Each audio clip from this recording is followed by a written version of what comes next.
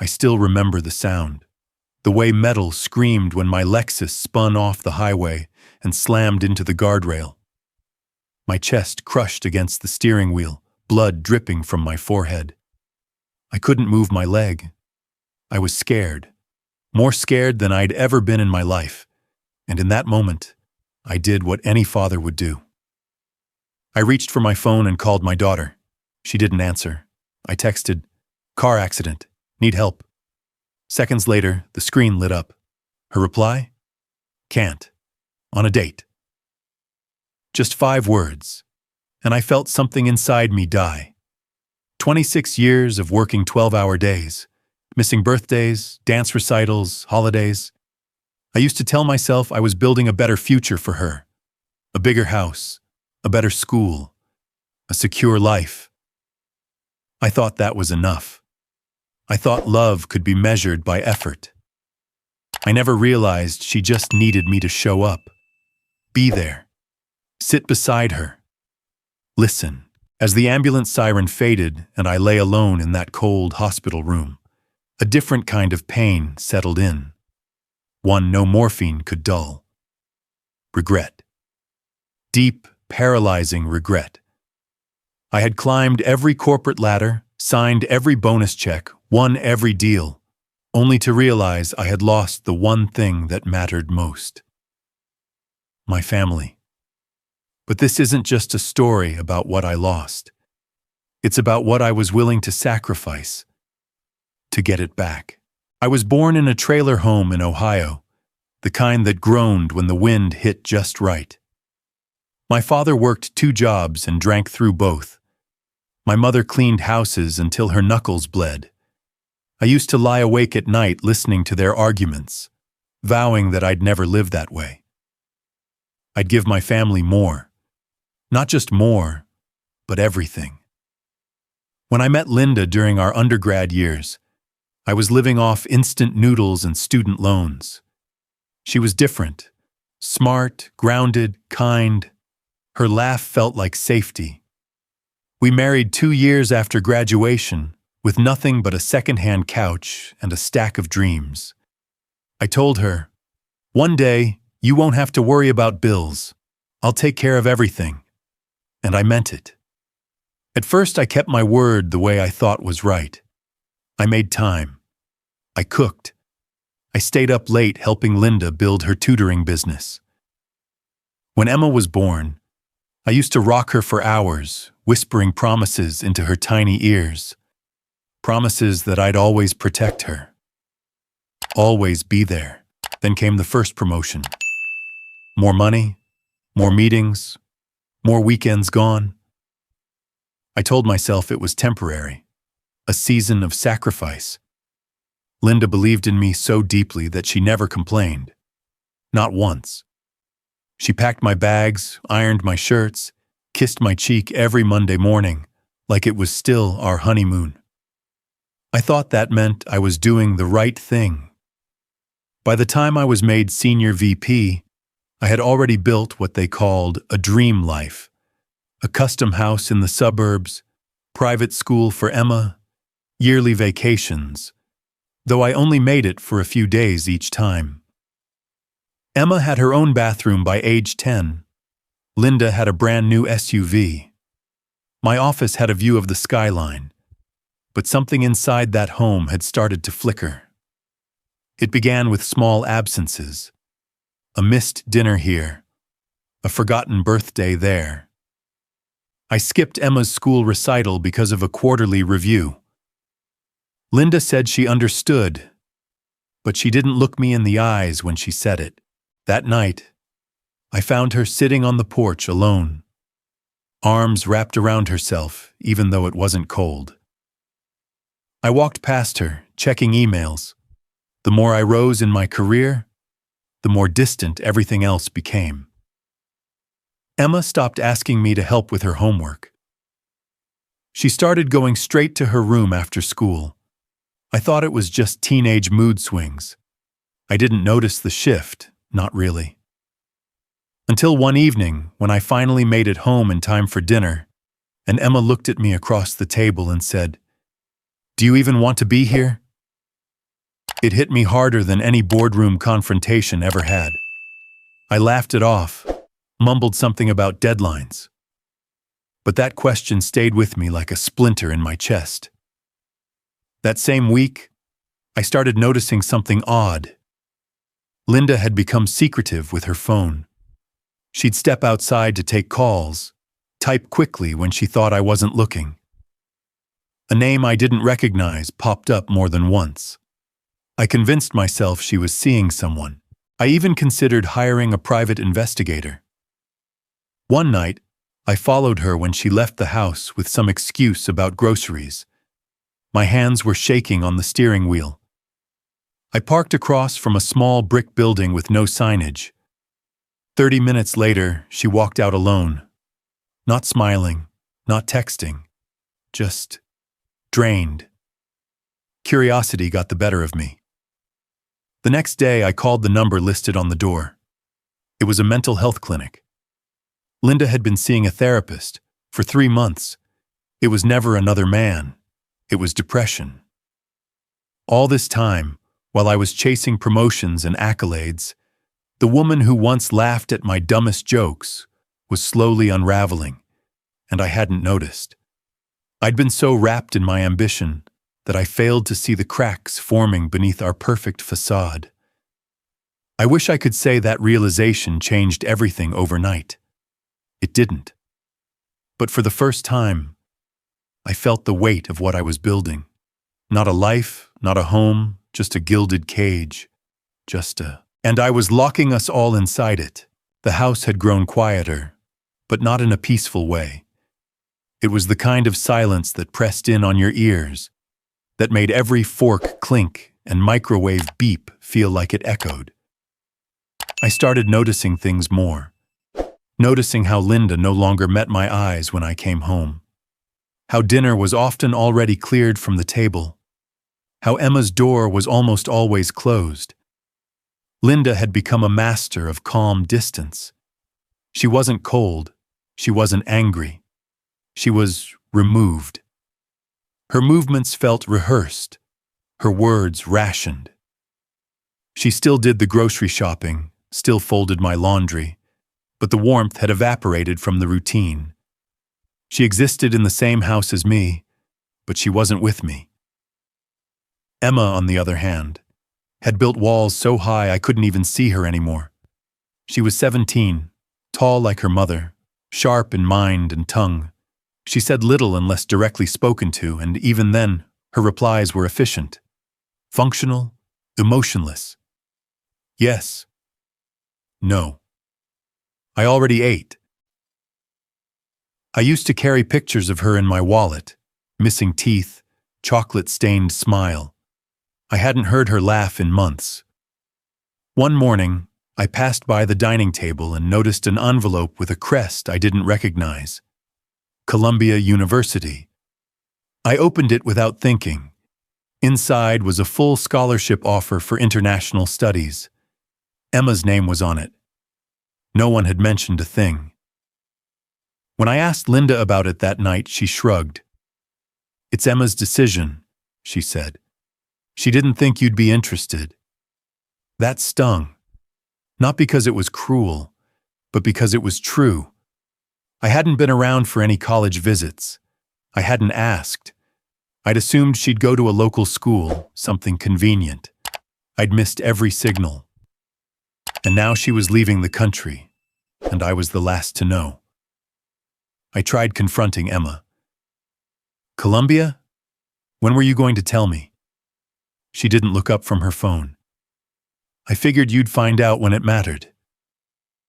"Emma, I'm your father." "Exactly." The words stuck in the air like ash. I wanted to argue, to assert authority, to remind her of everything I had provided, but I didn't. I just stood there, feeling like an outsider in my own living room. Linda suggested couples therapy soon after. Her voice was gentle, almost too gentle, like she was speaking to a patient, not a partner. "I think it might help. For us. And for her. She needs to see that we're trying." I laughed. I actually laughed. Therapy? Come on, Linda. That's for people who don't have real problems. This is just a rough patch. She didn't push. She just nodded, folded the laundry, and walked out of the room. It was that quiet exit that made me question if I had just missed something important. The following week, while I was at the office, my phone buzzed. A number I didn't recognize. A woman's voice asked, "Are you Mr. Mark Wallace? Your daughter's been in a minor car accident. She's okay, but she needed someone to pick her up." I froze. "Why are you calling me?" She listed her mother as primary emergency contact. We couldn't reach her, so we tried secondary. Secondary. My name wasn't even second. I arrived at the urgent care clinic 10 minutes after Linda. Emma sat on the edge of a bed, knee scraped, face blank. She looked at me, then looked away. Linda stood protectively beside her. I offered to take her home, but Emma didn't answer. Linda did. "We've got it. Thanks for coming." Thanks for coming, like I was a distant uncle. Later that night, I checked Emma's school forms. My name wasn't listed under any emergency contacts. Not primary, not secondary. Not at all. It was official. I had been erased. That night, I sat alone in the kitchen, the hum of the refrigerator filling the space between thoughts. I wasn't angry. Not really. I was scared. Scared that I had become irrelevant. That somewhere along the way, while I was calculating profit margins and closing deals, my family had quietly moved on without me. I kept thinking about what Emma said. "I figured you'd find out when it mattered." Maybe she was right. Maybe none of this would have mattered until it was too late. And maybe it already was. The gala had dragged on longer than expected. It was the bank's 20th anniversary, and I was one of the faces they wanted in every photo. Champagne flowed like water, and the ballroom shimmered with polite ambition. I played my part, smiles, handshakes, speeches. When it was over, I loosened my tie and stepped into the limo with Rachel, a bright young associate from our mergers team. She was smart, enthusiastic, harmless. I never thought twice about the optics. It was raining, not a gentle drizzle, but a full-blown storm that turned the streets into glistening rivers. Rachel lived near downtown, and I offered to drop her off. We made idle conversation about market trends, inflation, the future of investment banking. She laughed once, loudly, at some dry joke I barely remember making. The driver caught that moment on his dashcam. Later, someone from the event tagged us both in a photo as we exited the car together. Her hand on my arm, both of us mid-laugh. We never made it to her apartment. At the corner of 8th and Main, a delivery truck skidded past a red light and clipped our rear bumper. The limo spun, slammed into the guardrail, and everything turned white. When I opened my eyes, I was upside down. My head throbbed. My left arm felt wrong. Rachel was unconscious beside me. Panic surged as I clawed for my phone. I didn't call Linda. That instinct was gone, buried under months of silence. I called Emma. Voicemail. I texted her. "Car accident. Need help." Seconds later, her reply lit up the cracked screen. "Can't. On a date." That was it. No punctuation. No concern. Just dismissal. I stared at the message until the letters blurred. It wasn't just a rejection. It was a statement. A line drawn in concrete. I had reached the end of whatever invisible thread still connected us. The paramedics arrived minutes later. Rachel was taken to another hospital. I was stabilized and rushed into surgery for a shattered shoulder. Hours passed in a haze of morphine and beeping monitors. When I woke up, Linda was there, standing by the window in a beige coat, arms crossed. She looked calm, not angry, not sad, just resolved. She walked over, placed a folder on the tray table, and said, "These are the divorce papers. I've already signed." I blinked. "You're divorcing me now?" Her voice didn't waver. "I've been divorcing you for the last 3 years, Mark. This is just the paperwork." I wanted to argue, to explain, to ask her to wait. But the words tangled in my throat. I had no defense, no version of events that made this hurt less. She didn't linger. "Emma's fine, in case you care." She saw the photo. "What photo?" "Twitter. You and that young woman." She thought, well, it doesn't matter what she thought. You don't get to fix this. She left. Hours later, a nurse entered with a small envelope. "Your daughter dropped this off," she said, placing it gently on my lap. It wasn't sealed. Inside was a single sheet of lined paper, folded neatly. The handwriting was sharp, precise. Every letter pressed hard into the page. "Don't worry, I'm not here to cry at your bedside or tell you to get better. You'll recover. You always do. That's kind of your thing, isn't it? Surviving while the rest of us sink." I saw the photo. Mom says it's not what it looks like. I honestly don't care. This isn't about some girl in a dress. This is about the 100 times I waited for you at the window and you didn't show up. The birthdays you forgot. The phone calls you missed. The empty chair at every concert, every game, every dinner. I used to think if I became someone impressive, you'd finally notice. I made honor roll. I won awards. I got into Columbia. You didn't say a word. You know what's funny? I still waited for you. Every year. On my birthday, I used to sit by the front door and pretend I heard your car in the driveway. I did that until I was 13. Then I just stopped having birthdays. You don't get to ask for a second chance. Not anymore. The last line was underlined. Not anymore. But buried in all that anger was the sentence that gutted me the most. I still waited for you. That single line rewrote everything. It wasn't just that I had failed. It was that she had held on, longer than I deserved. I pressed the paper to my chest and lay there, the machines beeping steadily beside me, the rain tapping softly against the window. For the first time, I didn't feel like a man who lost something. I felt like a man who had thrown it away. 2 weeks after I was discharged, I walked into my office and handed in my resignation.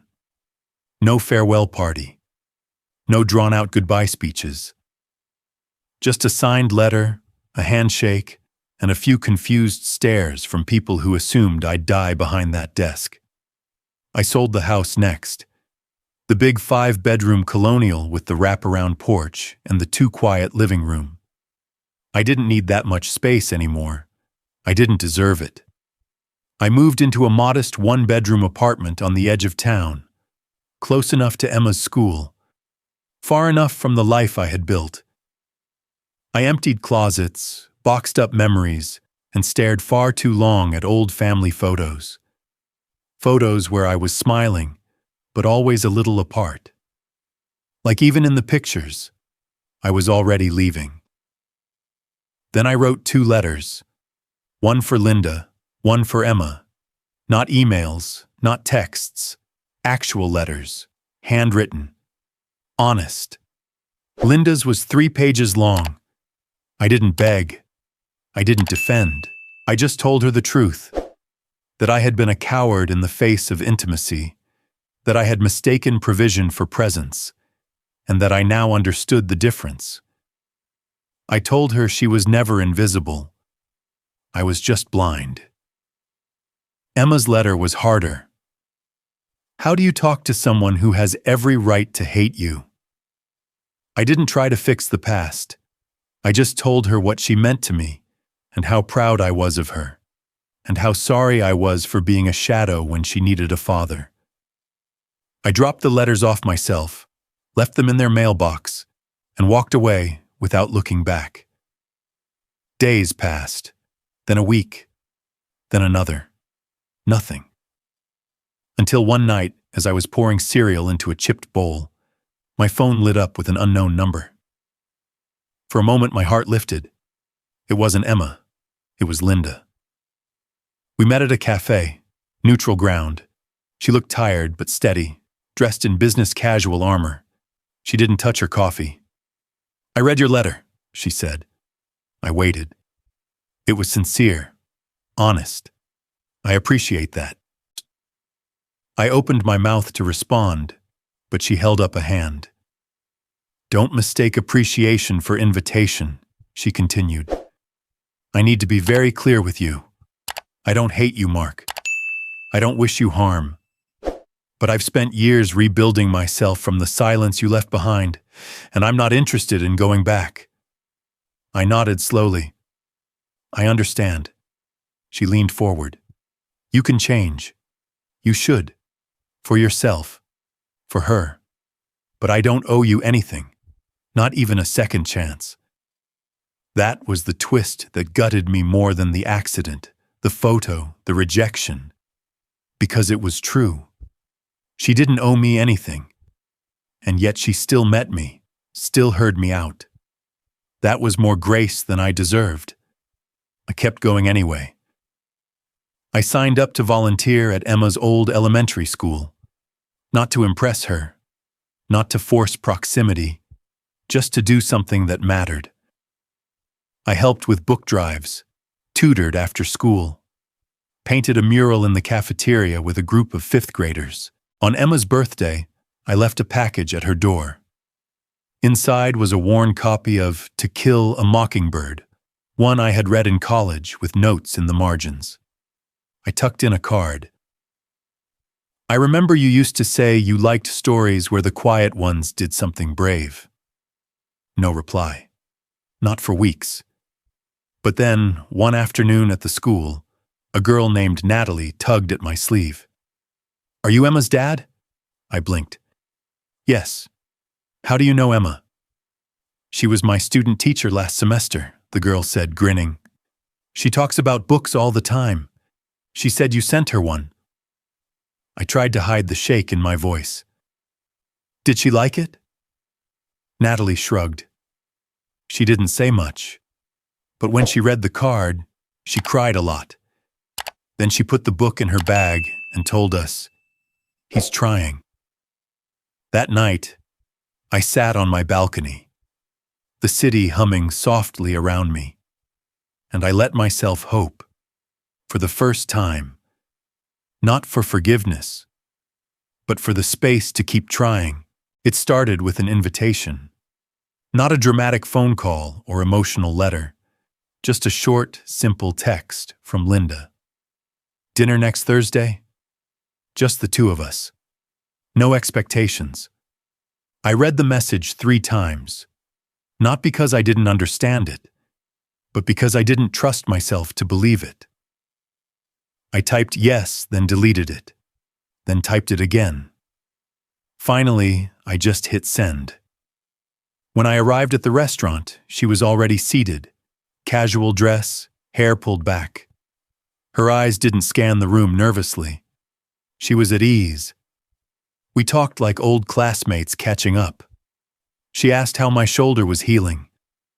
I asked about her work, the yoga classes she'd been taking. We avoided the past like a cracked floorboard, but the space between us felt warmer than it had in years. At one point, we both reached for the salt shaker and our hands brushed. Neither of us pulled away immediately. It wasn't romantic. It was nostalgic. Like two people recognizing a song they once loved. "I'm not promising anything," Linda said as we stood to leave. But this was nice.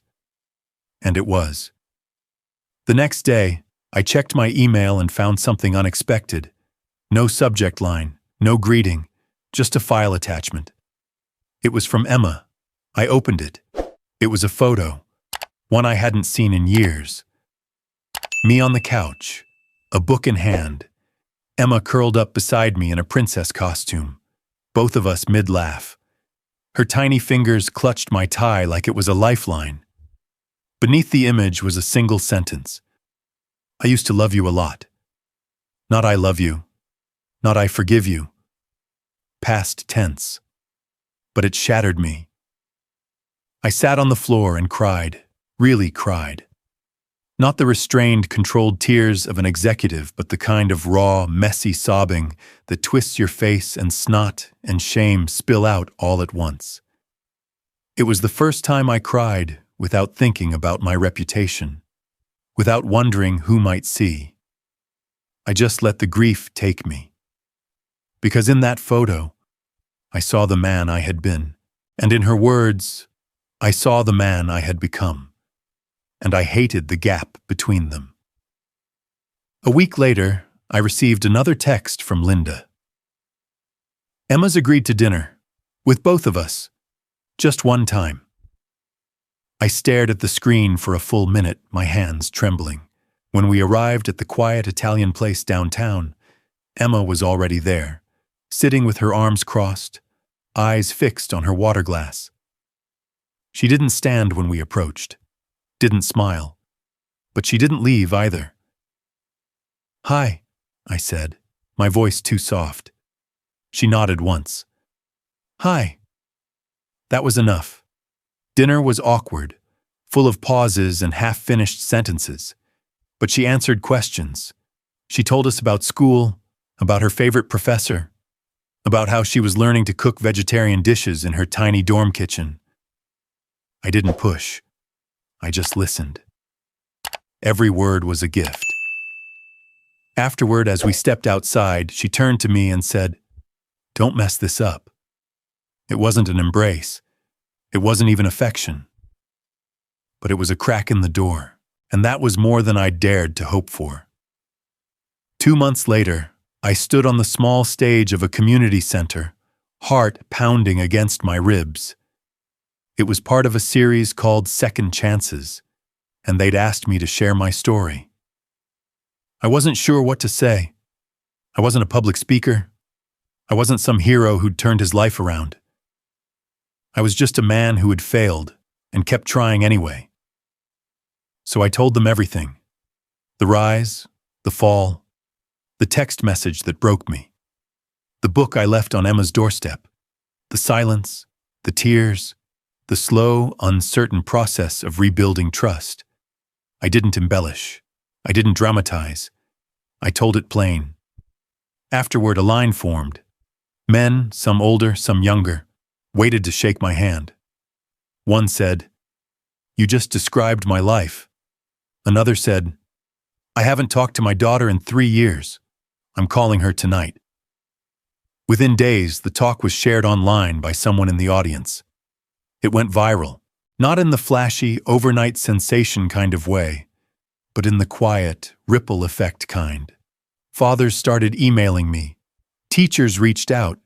Therapists asked if they could use clips for their sessions. And then, one morning, I opened my inbox and found an email from Emma. Subject line: "Saw your talk." No body text, just a link to the video. And beneath that, a sentence: "Maybe you're not the same man anymore." I sat back in my chair and smiled, not because I had won her back, but because I hadn't lost myself trying. There's a strange peace that comes with acceptance. Not the kind that settles after you win something, but the quiet that follows surviving what you thought would break you. That's where I live now. It's been 3 years since the night I crashed my car and sent a message into the void, hoping someone, anyone, would still care. Today, I wake up before sunrise. I make coffee slowly. I read a few pages from the book stacked on my bedside table. And most mornings, I write. Not emails or memos or market reports, just thoughts, feelings, reflections. For a year, I filled notebook after notebook with journal entries. At first, they were letters to Emma, letters she'd never see, pages of regret, apology, and memory. But as time passed, the letters shifted. They became lessons, reminders, bits of wisdom I wish someone had handed me when I was 25, or 35, or even 50. Eventually, I gathered them into a small book. Notes to the daughter I almost lost. I didn't write it to publish. I wrote it because I needed to. Because some stories need to be spoken aloud so we don't forget them. But Linda read it, then Emma. And it was Emma, actually, who said, "You should share this." It was the first time she referred to herself as the daughter in the title. We self-published. No fanfare? Just a soft launch and a few copies at the local library. But somehow, the book found its way into the right hands. A teacher used it for a high school writing class. A therapist recommended it to a support group. A father left a note on my doorstep. "Thank you for writing what I was too ashamed to say." The thing is, I didn't set out to be an example. I was just trying not to disappear. But when you walk through fire and survive, people notice the burns and the way you carry them. Linda, God, Linda. She didn't come back to me the way romantic movies might have scripted. We didn't rekindle a sweeping romance or dance in the kitchen like newlyweds, but we found something better. We found mutual respect, quiet laughter, the ability to sit across from each other at a table and enjoy a meal without bitterness. She started a workshop for women in her community, helping them find their voice in the silence of marriage. She's good at it too, strong without being hard, empathetic without becoming a savior. She once told me, "Women don't need fixing, they need space to breathe." Emma graduated top of her class. She could have gone anywhere, Harvard, Stanford, wherever she wanted, but she chose to stay local. Said she wanted to build something of her own, close to home. That word, home, hit me like a hymn. She became a counselor for teens dealing with emotional neglect, the kind of wounds that don't show up on X-rays but hurt just the same. She listens better than I ever did. She doesn't try to solve everything, just makes room for kids to feel safe, to speak without fear of judgment. I once sat in the back of one of her sessions, at her invitation. Watched her work, and I cried again, not from shame, but pride. Sometimes she introduces me at events as her father. No qualifiers, no footnotes, just my dad. That two-word phrase feels heavier than any title I ever earned in boardrooms. As for me, I give talks. Not because I crave attention, but because silence almost cost me everything. I speak to men who look like I used to, tired, proud, emotionally stunted. I tell them what I wish someone had told me. Success without presence is just a well-decorated absence. Money buys vacations, not memories. No job title will hold your hand when you're dying. I tell them that redemption isn't about grand gestures. It's about consistency. Showing up again and again, even when no one claps. At one talk, a teenager raised his hand and asked, "What's the biggest thing you learned?" I paused for a moment and said, "That you can't buy back what you never made time for, and that the clock doesn't care about your excuses." He nodded like he understood more than I ever did at his age. That's the thing about legacy. We used to think it meant wealth, property, empire. But I've learned that legacy is the sound your daughter makes when she calls you just to say, "Hey, I made a great playlist. Want me to send it?" It's the way your ex-wife smiles when you show up early to a family gathering and help set the table. It's a student quoting your story in her college entrance essay. It's a stranger writing to say, "Because of your words, I didn't give up." One night, Emma and I were walking to our cars after dinner. She stopped suddenly and said, "You know, I never thought I'd get this version of you." I looked at her. I didn't either. She smiled, soft and knowing, but I'm glad I did. So am I.